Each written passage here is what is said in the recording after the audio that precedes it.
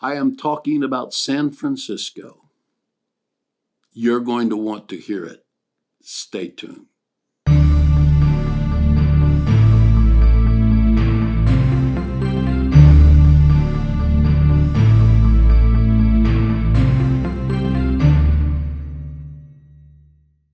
Welcome. I'm Nathaniel Wilson. This is All Things Apostolic. And today we started talking about yesterday, we are talking about San Francisco, a city that I have been raised around all my life and have lived close by here as a neighboring city for the last over 40 years. So we know a little bit about San Francisco, and we would say that it's the most beautiful city, and I've been many places around the world, but this is the most beautiful city, in my opinion, that I have been in. It has a great history. We talked about that a little bit yesterday, not much, but a little bit. We didn't talk about it in the 1930s.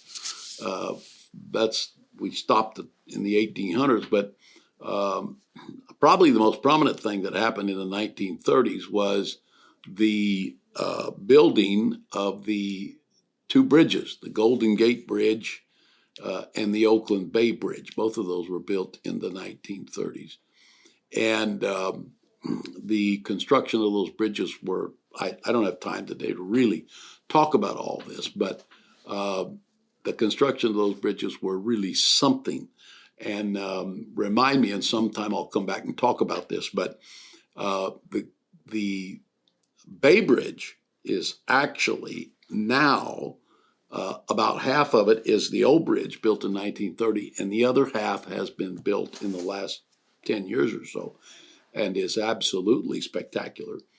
But the difference in the two bridges and the way they built the first one and how deep the pylons are driven, and the second bridge and the way they built it, very interesting story. Too long for today, but anyway, this just gives you an example of some of the outstanding things there are. However, San Francisco has long been identified by its bohemian nature. All the way back, a bohemian is a nonconformist. Oftentimes writers are identified as bohemians, but in earlier years, it drew writers to it. Everybody from Mark Twain to Jack London and others that lived there. And it became later in the 1950s, it became a place where many poets came to, and the Haight-Ashbury district. A little bit after that, this now is in my day that these people were about my age probably, that the hippie counterculture took place. This was all in San Francisco. And that peaked in about late 1960s. And the city gained a reputation for welcoming people that were odd or different, and gained a recognition and a reputation for welcoming gays and lesbians. And its Castro district, which we've been in and through many times, was a center of the beginning of the gay rights movement. But by the 1990s, the city filled with the AIDS epidemic, and it became very problematic. Now, as I mentioned yesterday, billions of retail dollars have moved out of the city, and they, with some of America's biggest retailers leaving, they're still leaving. They're refusing to attempt to continue to do business in the failing city that they are in. New businesses each week are shutting down. They're shutting their doors. This is not an exaggeration, and this is not a condemnation. It's just an observation. The city is out of control. Law and governmental grasp of basic city structures and services necessary to operate a city successfully in a sustained manner are fast decaying. Homeless people literally taking over whole areas of previously thriving retail and shopping areas. Human feces litters the sidewalk, and homeless people use a restroom just publicly wherever they want to. Crime has skyrocketed. This is not an exaggeration, and continues to do so. Morning after morning, this is how sobering this is. People who have died in the night, who were living on the street, people dying in the night. These aren't all just old people living on the street. The next morning, they are collected and they are removed. Most of them have OD'd sometime in the night, and they died of these overdoses of drugs. The whole drug culture, it's people that there are people everywhere that that do not function in society and are incapable of contributing to society because they are fixated on this one thing, and that's the next hit, that's the next drug, the next shot, the next snort, whatever it is that they're on. And so, meanwhile, the city subsidizes these situations, and they provide needles, and they provide drugs, and they give stipends to help these people sustain their dead existence.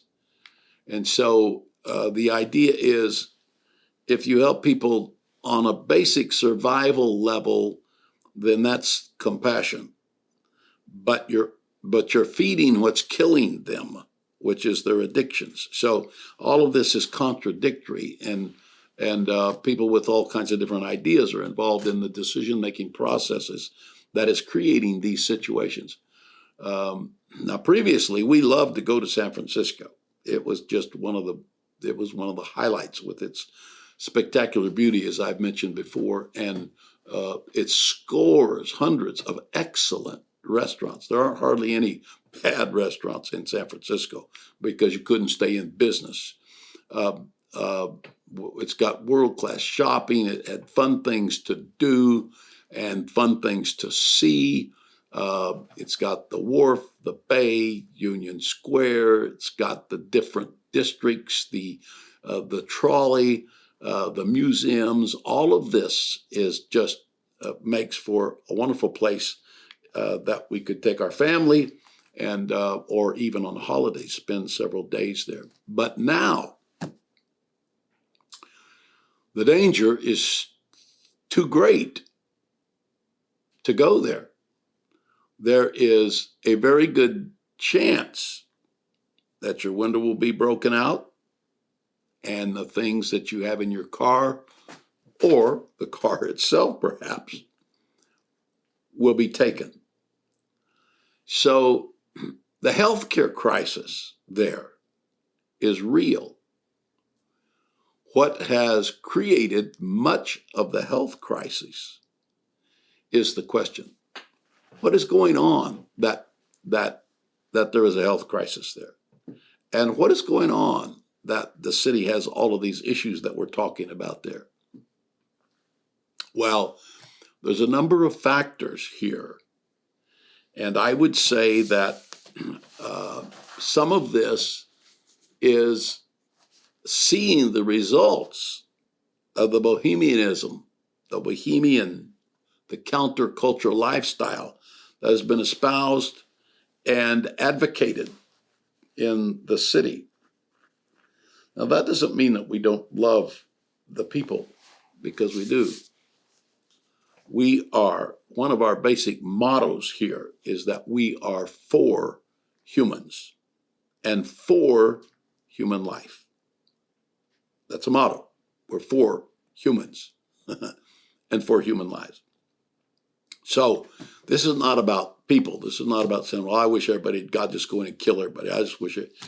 No, we're for humans. There is salvation for them. I don't know about the days of Sodom and Gomorrah, I don't know, that was a different dispensation. That was a different age. But in the day we're in, God so loved the world that he gave his only begotten Son, that whosoever would believe on him will not perish. That whosoever is really important. But what has bohemianism done? Well, here's what it's done. It's brought people to a fixation on the senses. Think about this. Stay with me here. It's brought people to a focus on the senses. Everything in the city goes back to the body and the five senses. And so there's nothing wrong with the five senses, and there's nothing wrong with them having enjoyment.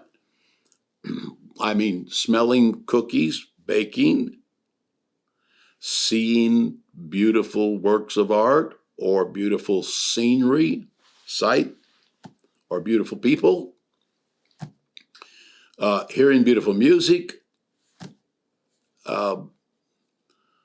feeling joy and happiness at what you see.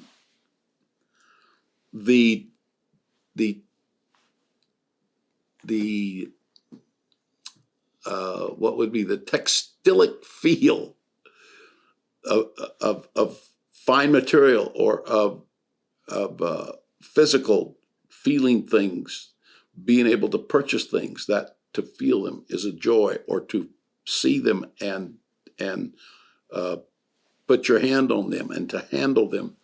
All of those, that's all senses though. All of those things, being stimulated by things that are noble and great and powerful and beautiful and epical, all of those things are part and parcel of what's found in the city. However, when senses rule, when senses dominate everything, I think this is what has happened there. This is my answer to what has happened in that city, is that it is now showing the results of simply depending upon senses. So an example of, I think that kind of personifies in a way, especially in San Francisco, what has brought us to this point, at least one of the things, I mean, this is maybe not the only thing, obviously, but is the objectification of sex. This is an example. This is an example. When I say the objectification of sex, I'm talking about the idea that one can take human sexual relations and isolate it as an independent object within itself with no other connections. And I would propose that that's not possible. The fixation on sexual relations as an end in itself, the concept that the primary purpose of sex is self-gratification. I think all of those exemplify an exaggerated and mistaken idea that comes with an overindulgence and focus on the senses. And so when you look at this and you see there are consequences that are attendant to a man and a woman having sexual relations, there are consequences to that. And there are consequences of what's called same-sex relations. That all of these things have consequences. And there's consequences of child abuse and of pedophilia. There's a broader picture, like addiction to the sensual and the pleasures of the senses. It's not wrong to live and enjoy the five senses and to experience their fulfillment. That's not wrong to do that. However, when those things are taken out of proportion and when they are exercised in a way that they become a fixation, then it's going to be problematic. And this is what we are seeing at this point. It is a problem when everything about humans is fixated on the senses. Anything, the sensations, that word comes from senses, anything that that feeds that, when that is the primary purpose, then the feelings of the senses become exploited beyond normal. And the feeling of peace or joy or contentment, it goes beyond that. It wants to be sated with particular things. And so San Francisco was fixated and has been fixated, addicted to all of the things of the senses with a thirst to satisfy every sensation. Greatest restaurants in the world, world level entertainment and hotels, a concentration that ignores family in many cases, a natural and intentional fashion focus that has become out of control until people are hung up to an nth degree on what they look like and what they're wearing and becoming more fantastical in each thing that they do until it's become an obsession. All of these things and profligate sex with virtually anyone with no guidelines to that, understanding the consequences. There are problems with homosexuality that are sometimes just ignored. I'm talking about serious social problems, much less things that have to do with morals, bondage. On the streets of San Francisco, I've seen women with men on a leash. I mean, this is on the streets. And the man is painted up and dressed like a dog. And so he is the pet. On the streets, we have seen, not earlier, but just the last times we were there and never went back, sadomasochism at sexual street fairs, right in public places. All of this is a show of extreme placation, attempt to placate the desires of the flesh. Now, biblically, you can't placate the desires of the flesh. The more you cater to them, the more they demand fulfillment until, there's nothing that exemplifies this better than drugs, where people are caught in the addiction of drugs to where they'll rob their mama's purse. They'll steal stuff out of the house. They'll sell things that they'll give up their multi-million-dollar businesses. They'll do, because the drugs have taken control of their senses. And when they don't have them, they feel like they're going crazy. I've seen people in withdrawals where they are just shaking and bouncing like they're under an electrical shock all over the table and not even conscious of what's going on. It's a horrifying scene to watch, and mumbling and just totally out of it. These are people that have been friends of mine, people that I know, and I have many friends that have gone through drug withdrawals and through getting off of alcohol and even nicotine. And I'm talking about hundreds of friends that have through the years been caught in those things. So those things are not for humans. When you accentuate the senses to the point that they become destructively, that's not help for humans. So somebody says, well, how come you're against this and how come you're against that? Because it's not for humans. It's not for humans, it's against humans. And so people that posture as though they are doing something for humans without facing the realities. For example, AIDS. Even liberal writers will tell you that are for homosexuality, which I am not. Why am I not? Because I'm for humans. And if everybody was homosexual, there wouldn't be any humans. And I'm for humans. So you want to say, well, it's all religious fanaticism and so forth. We're not even talking about religion. We're talking about what's for humans and for human health. And so 70%, that's from a liberal figure, a liberal writer, researcher, that 70% of all HIV cases, even now, today, after years of this going on, are among the homosexual community.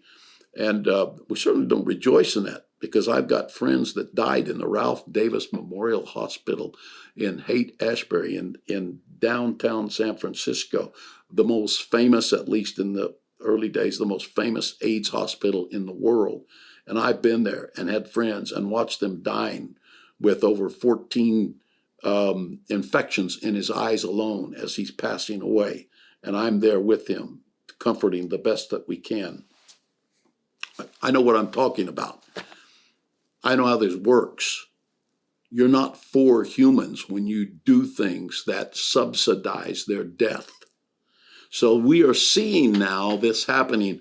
When it's just on a level of the individual, it's not so evident. But when you get to the point that we're at now, where you're seeing it crater whole cities because people are so incapable of even operating, that they're on the streets to a degree and to a population size and their needs for drugs cause them to do criminal acts that the city continues to sponsor. That's not for human. That's not compassion.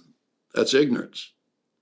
And so businesses, multi-million-dollar worldwide businesses, are moving out because the objectification of the senses. I used one of sex particularly because it shows it so graphically, but the objectification of each sense and taking that and fixating on that